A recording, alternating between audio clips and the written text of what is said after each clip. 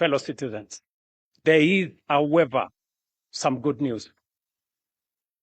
We can, we must, and we shall, together, get it right this time round. History rarely announces the arrival of defining moments. Yet, there are occasions when the forces shaping the world create opportunities that come, perhaps, once in a generation. I believe we are on the threshold of one such historic moment. I believe so for 4 compelling reasons. First, 4 years ago, our priority as a nation was not to imagine Kenya's next chapter. It was to survive global economic turbulence, restore stability, rebuild confidence, and place our economy back on a firm foundation. Together, we achieved that. We have restored macroeconomic stability. We have stabilized our currency. We have rebuilt our foreign exchange reserves to over $15 billion, providing 6.5 months of import cover. Inflation has fallen. Borrowing costs have declined. Investor confidence has returned. Last year, for example, Kenya attracted a record $3.2 billion in foreign direct investment, more than double the amount recorded in 2022. The 2025 IMD World Competitiveness Ranking placed Kenya as the most competitive economy in Africa, reflecting the confidence our reforms have restored. Because we have restored stability, rebuilt investor confidence, and laid a firm foundation for our economy, now is the perfect opportunity for Kenya to begin shaping the next phase of our national development. That is why, in my State of the Nation address last year, I challenged us to begin thinking beyond the immediate demands of today and to start imagining a futuristic roadmap for our nation. That was not simply a call to dream. It was a call to prepare and an invitation to begin building the institutions that will support Kenya's long-term transformation. That journey has already begun. We have already established the National Infrastructure Fund to ensure the investments essential for Kenya's transformation are financed sustainably. It is also why we have established the Sovereign Wealth Fund to preserve and invest the wealth of our nation so that today's prosperity becomes tomorrow's opportunity, shared fairly between present and future generations. Together, these institutions represent more than new opportunities. They embody a philosophy of nation building that lasting prosperity is built through institutions that outlive governments, inspire long-term investment, safeguard intergenerational wealth, and provide confidence in our economy.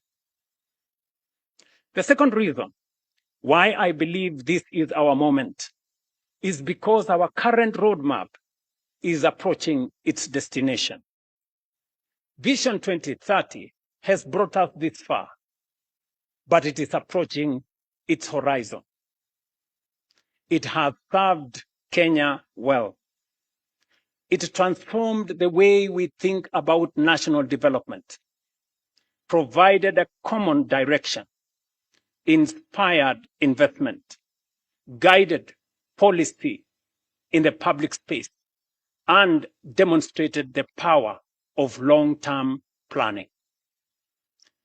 But honesty also requires us to acknowledge that some of its ambitions remain unattained. In several respects, we are still falling short of even the very standards we set out for ourselves. Vision 2030 set a target of Kenya becoming an upper middle income country by 2030.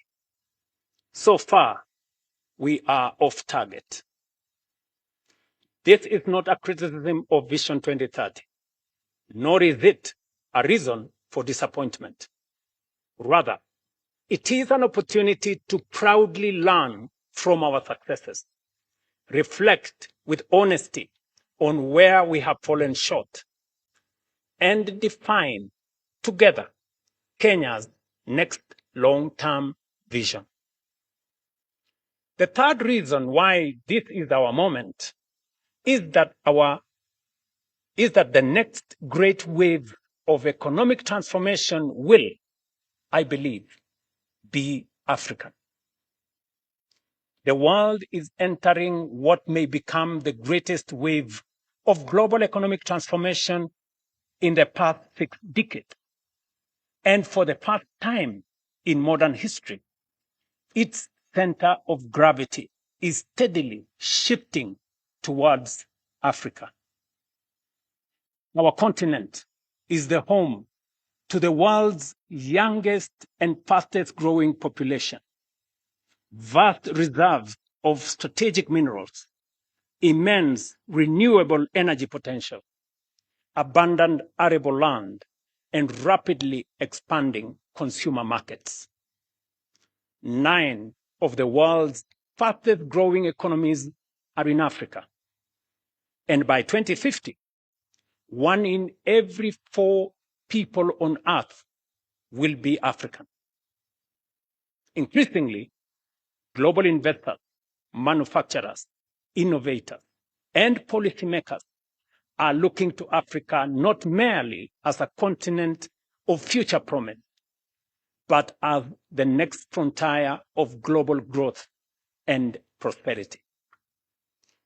While we may not take full advantage of the previous 3 great waves of global transformation, we have a historic moment and a once-in-a-lifetime opportunity, not just to be part of, but to lead the next transformation.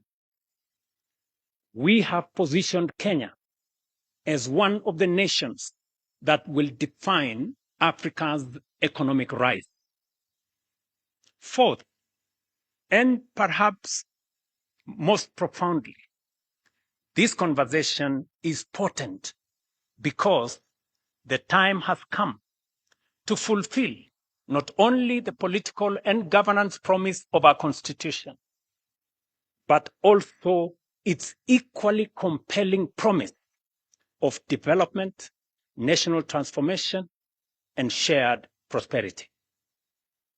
Fellow citizens, the Constitution envisages both a democratic and a wealthy and prosperous nation. Democracy allows us to organize power, protect liberties, and govern ourselves.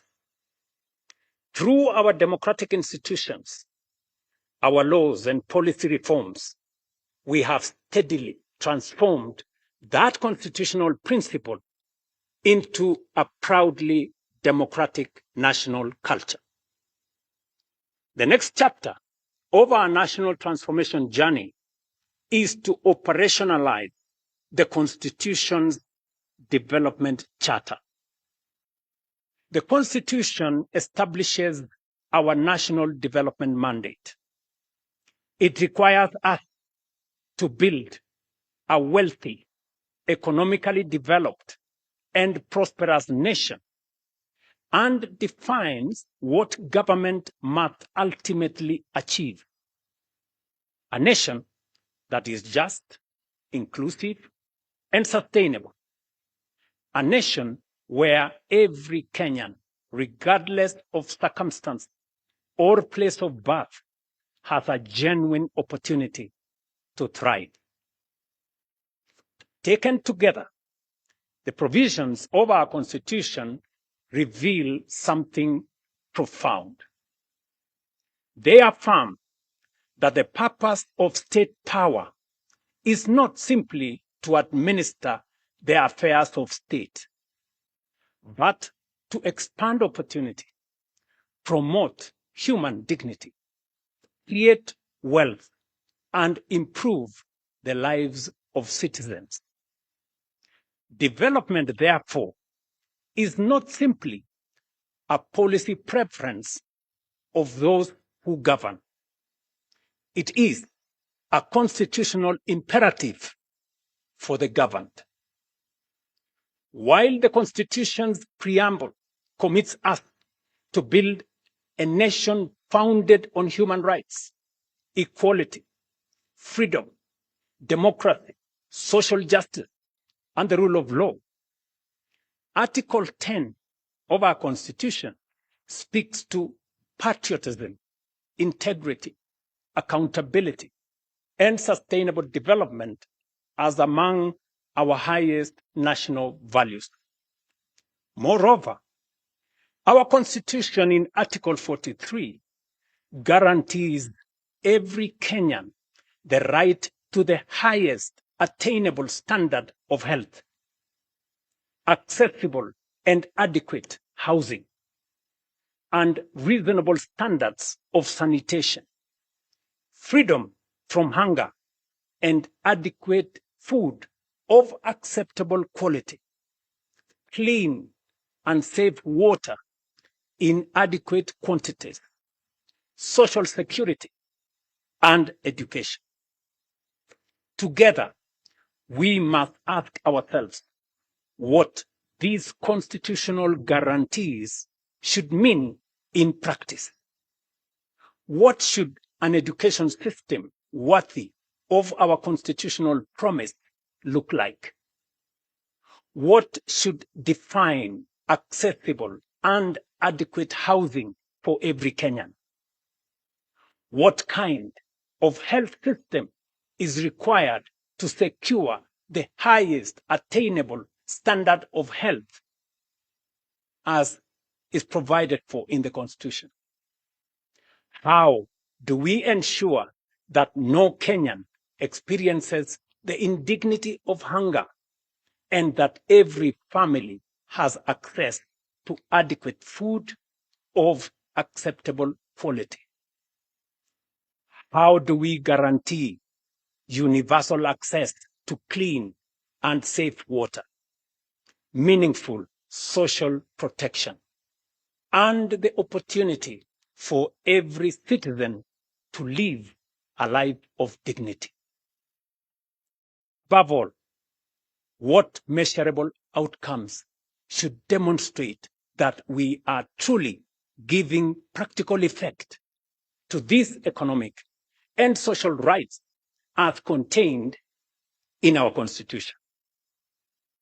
Equally, we have not defined with sufficient clarity what patriotism, equality, social justice, and sustainable development should demand of us as government, as institutions, leaders, or citizens.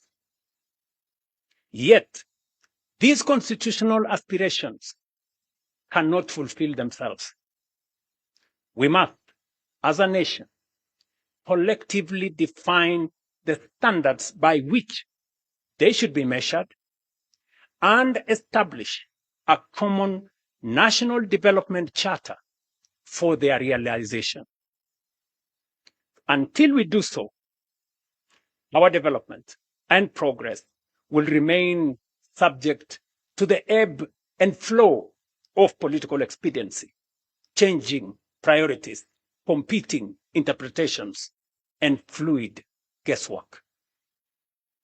a national development charter for the attainment of these noble constitutional imperatives cannot be designed by politicians alone, nor by any single institution, profession, or interest group.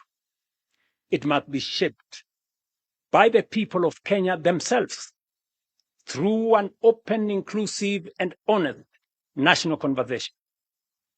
For the Constitution belongs to the people, and so too must the vision that gives it practical expression. They demand the wisdom of our farmers and workers, the ingenuity of our entrepreneurs and innovators, the experience of our professionals and scholars, the moral leadership of our faith communities, the energy of our young people, and the participation of every patriotic citizen who believes in Kenya's future.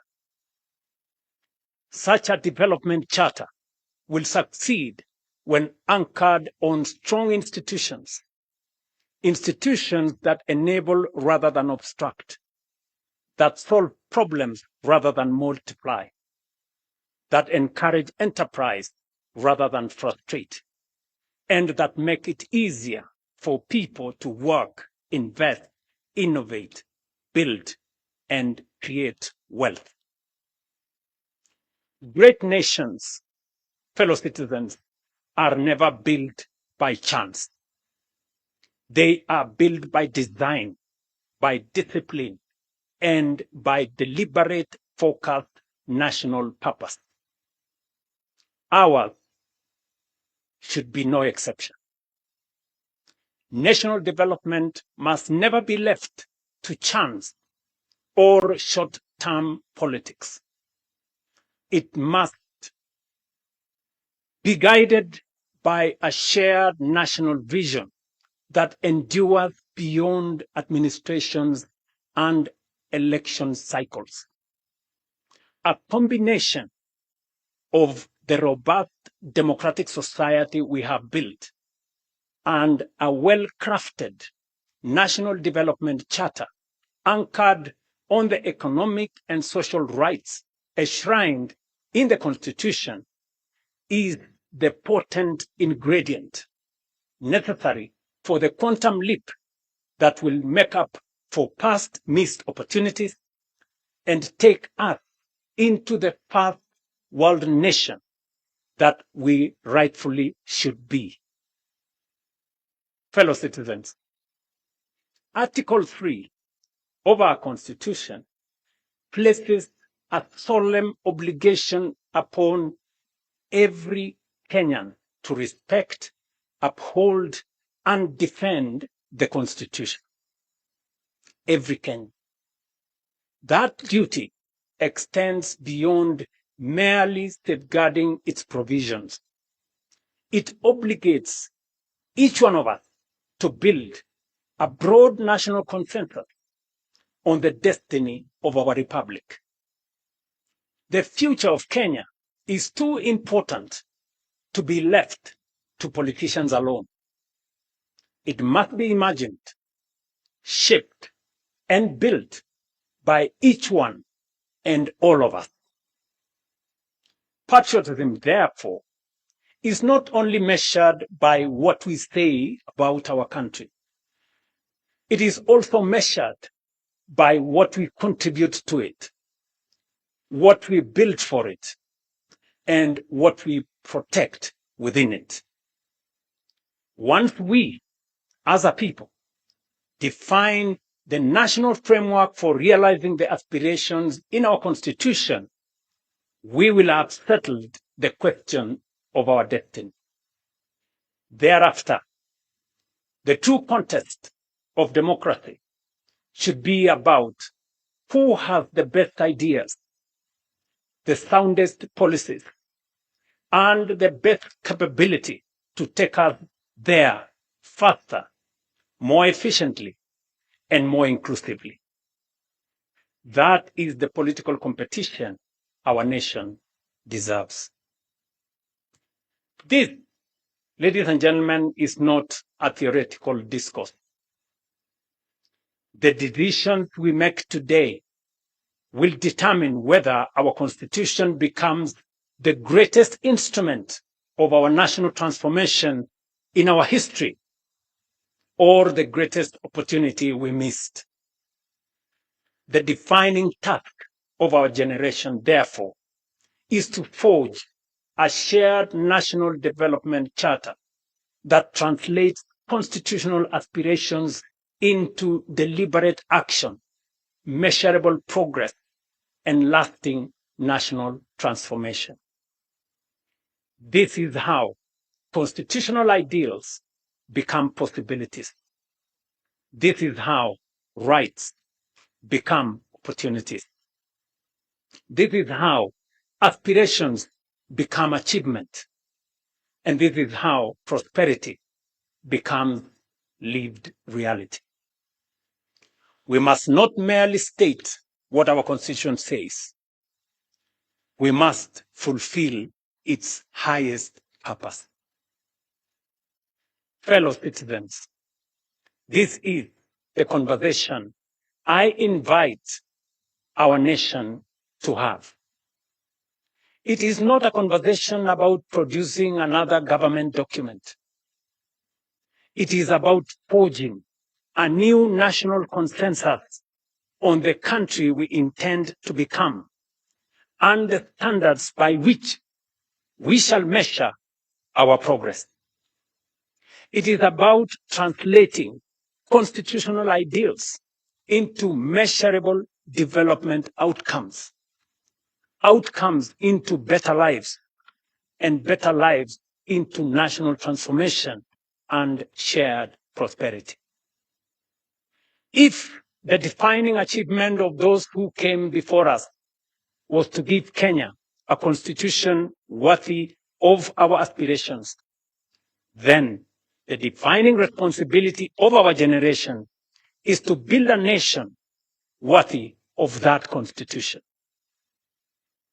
Over the past several months, I have engaged and sought the counsel of current and former national leaders, of political leaders, scholars, business leaders, faith leaders, professionals, civil society, grassroots representatives, and most importantly, young Kenyans from every part of our republic. Those interactions reinforced one conviction above all: a vision worthy of guiding Kenya for the next generation cannot be written by government. It cannot be crafted by a handful of experts, however distinguished they may be. Nor can it emerge from a single institution or political formation. It must be forged through a genuinely people-driven, citizen-centered, and future-focused national process. One that draws upon the collective wisdom, experience, imagination, and aspirations of the Kenyan people, while remaining open to the very best ideas the world has to offer. It was in that spirit that I invited Professor Hiroyuki Hino, Professor Anyang' Nyong'o, and their distinguished colleagues to begin examining Kenya's future beyond the Vision 2030. Last week, I had the honor of receiving their proposals on strategic guidelines for Kenya's long-term national transformation. The thrust of their proposal is both ambitious but also achievable. That Kenya can become a prosperous, high-income, industrialized, and globally competitive nation within one generation, provided we remain united in purpose, disciplined in execution, and unwavering in our commitment to long-term national transformation. These proposals provide the foundation for a much broader national conversation, a conversation that now belongs not to government, not to the authors of that report, but to every Kenyan. Fellow citizens, somewhere in Kenya tonight is a child too young to understand this address. Some may never remember Vision 2030. Others may never remember even this conversation, but they will live in the Kenya we choose to build. That is why this landmark national conversation is a once-in-a-lifetime opportunity. It is about all of us and also the generations that will inherit the republic we will leave behind. Our Constitution places public participation at the very heart of governance. It is therefore not merely my desire, but my constitutional duty to ensure that the national vision, which succeeds Vision 2030, is shaped through an inclusive, transparent, people-driven, and genuinely national process. Accordingly, on Wednesday, the 12th of August, 2026, we shall formally launch a national conversation on Kenya's future beyond Vision 2030, the most consequential exercise in national reflection and public participation since the promulgation of our Constitution in 2010. We shall bring together every institution of our republic, every county and every generation, leaders from political parties, the private sector, workers' organizations, faith communities, universities, professional associations, innovators, civil society, our creative industry, and above all, our young people will be at the center. In 2010, we gave ourselves a constitution worthy of our dreams. The task of our generation is to build a nation worthy of that constitution. We have secured the foundations of our democracy. Let us now secure the foundations of our prosperity.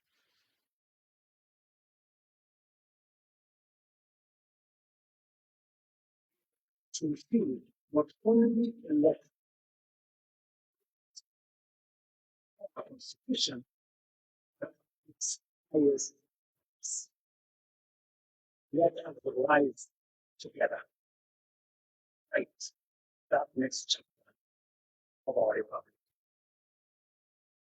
God bless you all. God bless Kenya. And I thank you.